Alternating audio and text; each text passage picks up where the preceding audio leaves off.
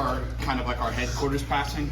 We've been talking about clearing the knee shield. We'll get into clearing the knee shield out and passing the knee shield and how to deal with that, resetting, and of course the thread pass, which by the way was my favorite pass when I was a white belt. That leg thread pass, favorite pass as a white belt. Make sure you're using that a lot. I'll also show you another kind of situation. I use that from a little later at our camp party. So there's two kinds of like styles of passing. There's blitzing the guard, and there's like wading through and kind of actually dealing with the guard, right? This guy's playing a supine guard. He's kind of inviting me in to deal with his guard. If he's playing a seated position, it's a lot harder for me to just be like, all right, let's deal with this and get all cute with it.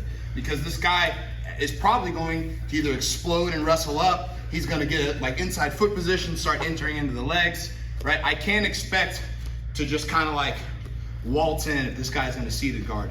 A lot of times if this guy's playing seated, he's a lot of times gonna be coming after me, right? And I'm trying to look to do two things, right? Put him to his back, put him to a hip, right? So I can either shove him, I can lift the feet, right? I can even start like kind of like putting him down to a hip here. But if he's playing supine guard, he's inviting me, he's inviting me in. Now, it's possible to go in and blitz this guy's guard, but if he's got a good guard, as soon as I try to go blitz, he's just gonna follow me, right?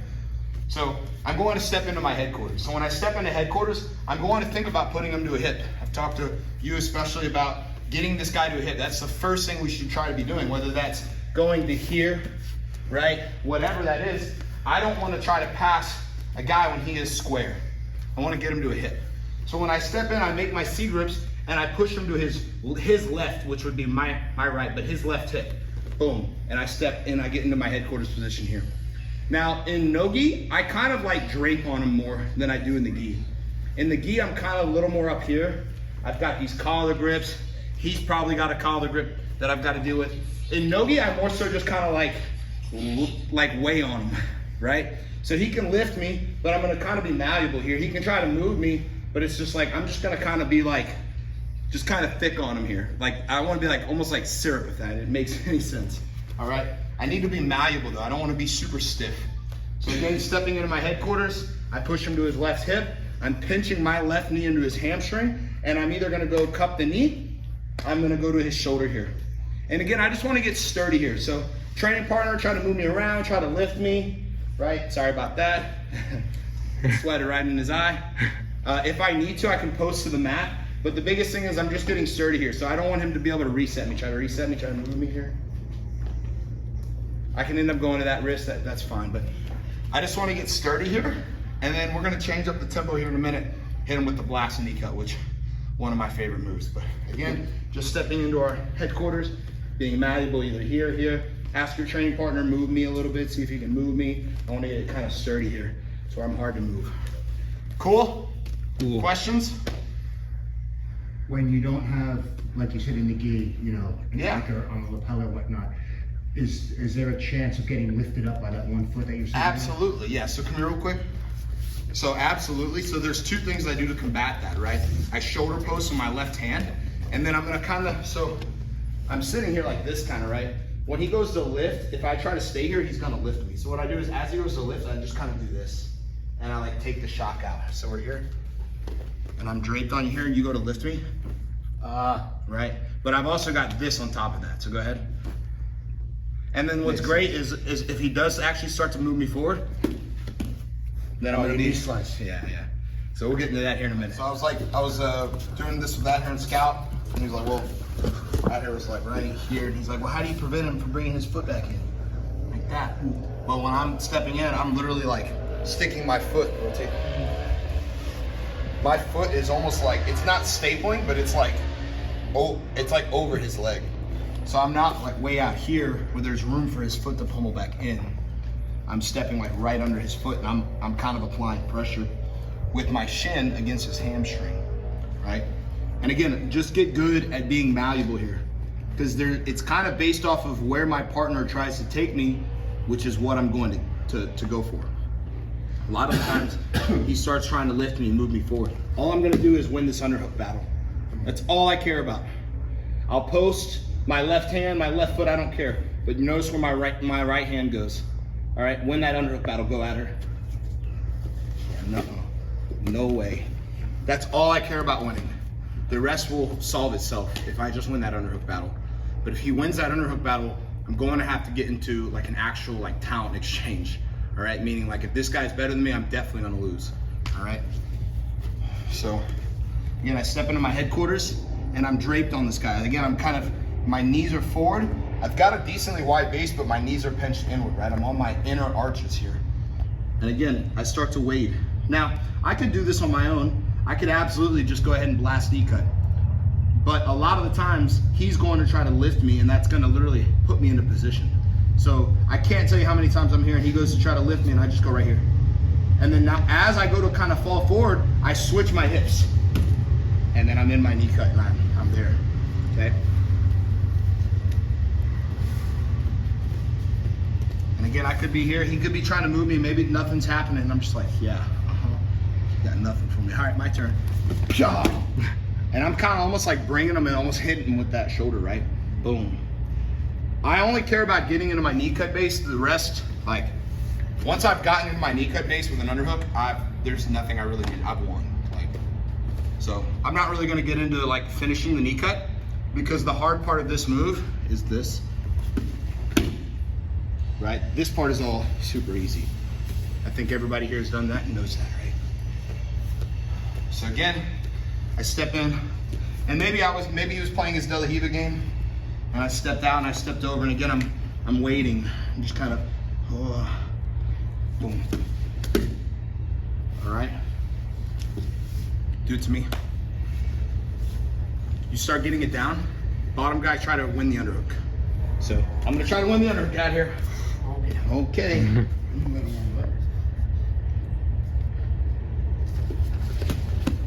Nope. All right. So that's all that matters. Do it again. Who cares about the rest? Just win that underhook. Yeah, now look, I couldn't even get my arm through there. Perfect. Telling you guys, if you win the underhook, everything else, it'll fall into place. Just win that underhook. I'm pinning my head on the far side. Come back. So once I've got my underhook in my head here, I'm literally pinning this guy. Try to move. So, yeah. So like if I step in like so, then I'm using this arm to block his knee shield. If he tries to come over the top, I'm strong with my elbow. If he tries to go under, I can already start sealing off that space. Once I get past the hip line, I no longer have to worry about the knee shield. From our headquarters passing, if I'm weak in this underhook fight, he's going to get his knee shield in. But if I'm really strong like that, get your knee.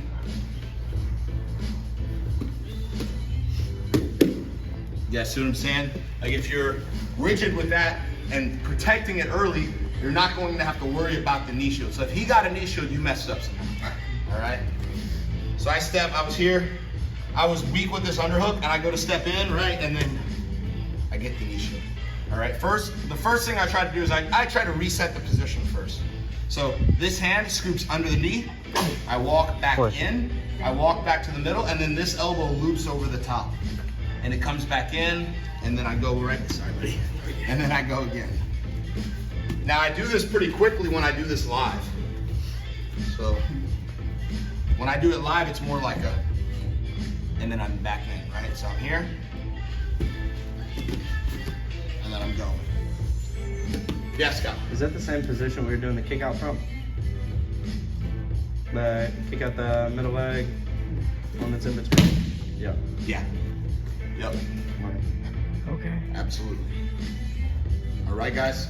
So if you're here last night, we did this last night. Just, I've got my arm right here again. I walk back, loop my arm over the top. Now I'm really rigid with that. And I really want to keep it strong until I can get past that knee line. Now I can, cool. Frame on the bicep maybe? You can do whatever you want with your left hand and left foot. Okay. Yeah, or you're talking about your right hand. So go, Yeah, my go right ahead, hand. go on bottom with me. So you can. It's just so like when you start like moving me around or all. Yeah. Right? So like so we're here, and then again walking this back in. Yes, so see where Yeah. my hand went? So this is where. So you're blocking that space. Yeah. So my hand just goes here, Okay. right? So yes, you can also frame on the bicep, absolutely. Okay. This is my place that I prefer because I can block this space here and that neutralizes the underhook. If you're also here, I'm gonna be ready for one of two things, either really strong cross facing, right? Or I'm gonna be ready to start top spinning and going. Okay. Right? Yeah, because I'm fighting for that underhook, and I understand what getting- you're talking about. yeah. Yeah, they're short arming you, which is those T-Rex arms, right? It's exactly what you should be doing on bottom. Like we were doing the drill last night, and you weren't allowed to frame, so I was literally just like, yeah, fine, but no underhooks for you, right? So yeah, so if you can't get that underhook, frame on the bicep, or like I really like that little side grip there, where I just kind of frame and keep them there. The biggest thing is I just can't let them win that underhook and get under me. If they do that, they are going to start wrestling up. But honestly, not the end of the world. But come back. This is again, you're gonna hear me say like, there's certain moments in the match where it's all about whoever has more skills is going to win. So like once you start getting into a chain wrestling battle with somebody who's been wrestling longer than you, the more moves you go into the position, the more likely he's going to beat you. Like you'll see Islam Makhachev all the time in the UFC, doesn't beat the guy on the first move. He does 2, 3, 4, 5, 6. The sixth move finally in a row gets the guy down, right? So I go to knee cut, he gets his underhook. Oh man, great. Let's talk about some ways to defeat this, yeah? How about that? All right, first thing, easiest way. Don't overthink it. I take my right knee, I drive it to mount. Wrestle up, go. And I end up in this quarter mount position. All right, now when I'm in this quarter mount position, I can either start underhooking, pressuring to mount, or this is when I start my truck roll series. I take the back. So again, boom. This guy's so good, he's got the underhook, darn. Wrestle up, go. Look, and I'm driving. It's his underhook, driving that way, my knee, my body, driving that way. If I don't drive enough, I'll at least end up in these kind of like mounted triangle, omoplata in positions. But I would prefer to just stabilize my position. So again, if you want to test this, let him start with the underhook, and then you say go. And then I just drive across. And again, I want to keep all my weight going this way because he's going that way, right? Keep driving, right? Where are you going? That's fine. To the back now, right? Cool? Cool. When I did this to Marvin, I got the underhook from bottom. He whizzered and threw my shoulder right to the ground. Sure. Do you ever want to whizzer from there? Or? Sure. Okay. Yeah, if I don't have the option to do this, or there's one other thing I like to do, if I don't have that option anymore, that is late game. So Yeah. that is, he's already to here, up, and he's already like to here, and I can't drive back at this point. Yeah. So they I call up to my knees basically. Yeah, they call it a whizzer kick, right? So I'm literally using this overhook, and if I still have a leg in there to literally like drive him back down. How to beat this is as he drives back down, you roll under. I remember that. So as I drive, he can roll under and then finish that. So just being ready for that is important when they do whizzer like that. Okay. Cool? Cool. Now the last thing I do, this is for move out. Once you start getting into the leg lock game, I knee cut, he's got the underhook. Darn! I backstep my left leg, I scoop, and now we're into our honey hole heel hook entries. So again, this is 411. So if you've done 411 before, I backstep, I scoop, I can bundle the legs. I've got my leg lacing, I can do all that stuff. A lot of fun. So that's what I do a lot of the times. But so now, if you want to add one of two things, just make a little game out of it. Start either right here, and then say go, and then drive your knee across and see who wins. Or if you're feeling froggy, basically go for the basically go here, and then like let him have the underhook, and then the match starts, right? So, all right. Yes. When I'm wrestling up, Yeah. I try to go there. he just puts his knee and lays on it. How would I? Like stop he that? drove the knee across? He didn't really drive the knee across. He just set it on my stomach as I'm trying to turn up. Can y'all show me?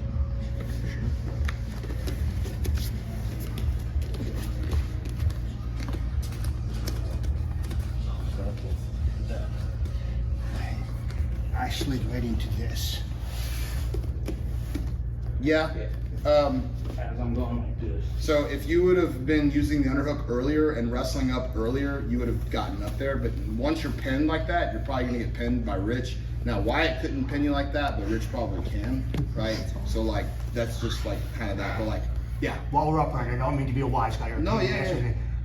I don't know. Wrestle up to me is a term that I never wrestled. I didn't wrestle in high school or college or any of that stuff. It's just a matter of just trying to muscle up high, get your hips higher than his, get your chest. It's more like I'm like punching the underhook, and then I'm switching my hips, and then I'm using that to build up to a wrestling scenario. Okay. And then I'm at that point I'm just So wrestling. you don't go negative into, oh, I'm going to look for something. Yeah. Get back to guard or something like that. It's more offensive. It's more. Right. Okay. Right. So like, again, so like I said, if Wyatt does that, probably won't work. Rich's pressure is so good, and he knows how to localize his weight and positioning to where he could like. There's like, it's like the Matrix. Like when you understand the rules of the game, you can start to bend and break little rules. Like Rich can still knee cut like that because he knows how to put his weight in a certain way. So like I'll show you how I want you to try to wrestle up there. So knee cut here. Now there's a 50% chance I'm probably gonna still get caught, right? But this is what I want to try to do. So he starts to knee cut, go ahead, knee cut. Hit the bottom arm. So I'm wrestling up, and then he's really trying hard to switch. Yeah, lay down. So he's trying hard to get to this like Kesa position where he's pulling up on this arm. So I tucked my elbow in, and I'm using this to get up on my side. And once you're into like a position like this, especially with a strong underhook, it's really hard to hold at this point, right? So now I have to make the decision, well, am I gonna try to spin, turn and face you? Am I going to just bail and go the other way? What am I gonna do at this point? Because at that point, he's got my back, especially like if I'm here on Rich, go ahead, wrestle up and do all that. Yeah, like that's the best I got there, you know what I mean? So, cool? Cool. Sweet. All right, guys, now let's go over my favorite knee shield pass, the thread pass. This is legitimately not only my favorite pass as a white belt, but here in a second I'm gonna show you how to use it to retain side control. So I've tried to reset the position. This guy is just super stubborn with this knee. I just couldn't get it out of the way. There's a ton of different ways you can get it out of the way. You can try to work inside, shove it across. If it's really low, it's really easy to push down. If it's higher up, it's really easy to kind of like get it past and go. But if he's got it in the right spot, it's not only hard to shove it away, but it's even hard to push it down. And you're gonna have times where you're even having a hard time threading. So what I want you to think about doing is moving your chest and turning it and smashing it like that. This is especially true if your knee is trapped, so go ahead. Yeah, go here.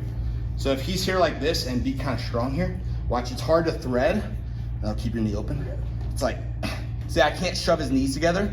So watch, I'm gonna turn my chest, rotate back. I know, doesn't make any sense. But if you want to feel that, Nathan, I know. Yeah. See, come here, buddy. I can see the complexity. I do. These are the little details you're like, what the heck? Because this is the pass I use all the time. Yeah, so like be strong here. So I'm gonna try to smash.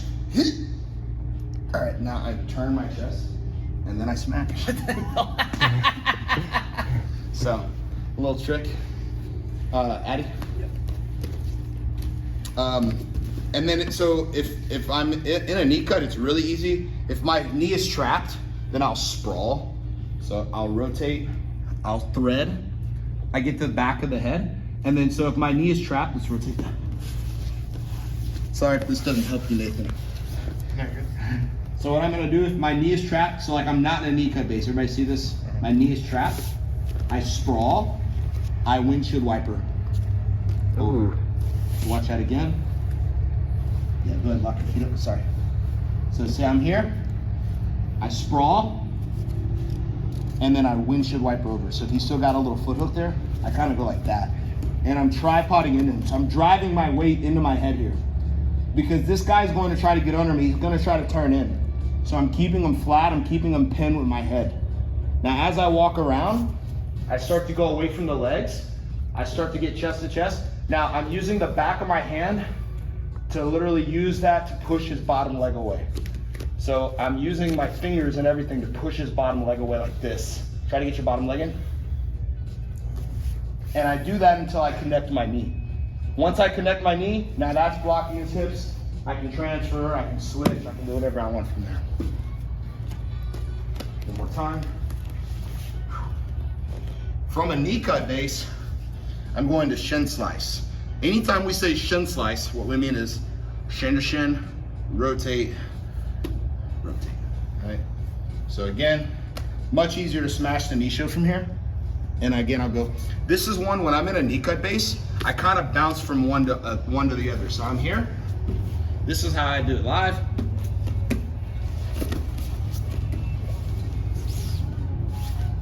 Like I kind of, that's my cross to my jab. So when I throw a knee cut in, I go right into that thread pass right off it as soon as he throws that knee shield in. So again, here, thread, knee shield out, boom.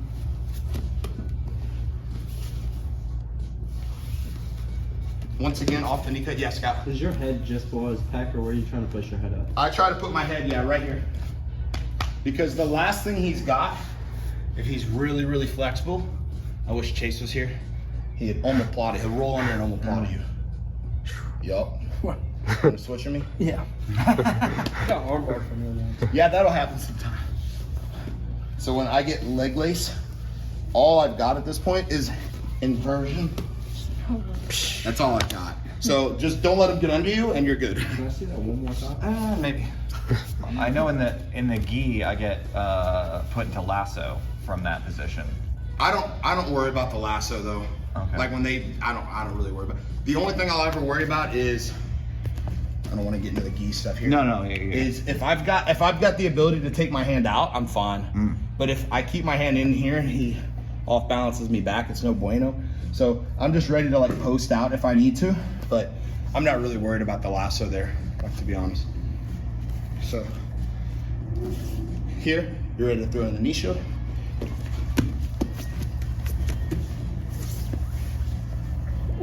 I think the hand thing is the part that I'm certainly not doing. Feel how I do it real quick. Yeah. As I go, I'm starting to drive. Yeah. It allows you to get your knee to my hip without me being able to re-guard like the that bottom gets annoying, leg. right? Yeah, So that's what Marvin does to me all day. Yeah. In the gi, I'll grab the pants like right by the knee, but I don't have that option in no gi. Yeah. So I use like, get over there. Get really good at your outside passing and get really good at your headquarters passing. And then get really good, we can go over it again if you guys would like, get really good at your tight waist passing, your body lock stop passing. If you would like to feel what that feels like, let me know. I love doing that. I'd like, when we roll, I can do that for you for sure. But those are the three style of passing I highly recommend getting good at. Again, that's outside passing, going around, circling north-south, headquarters passing, knee cutting, fold passing, hip switching, things like that, and also your tight waist body lock passing when they sit up and such. Cool. Any questions over any of that? Any questions in general? How do you finish the guillotine? Arm in or arm out? Arm in. All right, arm in. Scott, can I borrow you? I'm gonna enjoy this. From guard? Yeah. Or from front headlock? Front headlock. You got it. Front headlock. Good. Yeah. All right, so I've got my chin strap. I've got it. I can go ahead and lock my guillotine grip here. Choking arm, non-choking arm. I'll tell you now, arm in guillotine, going to be not as tight, more control. Arm out guillotine is much tighter, but it's less control because I don't have his shoulder to prevent rotation, right? So I like arm out guillotine, but I will do an arm in guillotine for you. All right, so now I'm gonna step out, my right knee slides in, and then I sit to my right hip. And then now I start cranking here. And now what I do a lot of times is he starts fighting, he starts like kind of driving in and tripoding. And that's when I really like to flip him. And I'll come up on top. And a lot of times that's when I'll switch to the Darce, and then that one just crushes him. So. Do you have to scoop the leg to finish that Darce or not really? I like to prevent him from running. Right. Now again, I like arm out better. One time. Arm out will get the tap a lot quicker. Like I don't even need to really lock my hands for arm out. I can just kind of like, because it just cuts into the neck a lot more. And all you're doing is chin strapping him from there? Yeah. Yes. I'm just kind of going here. And then, so if I can go here, if I can get deeper, I can go here. I can even go all the way to there.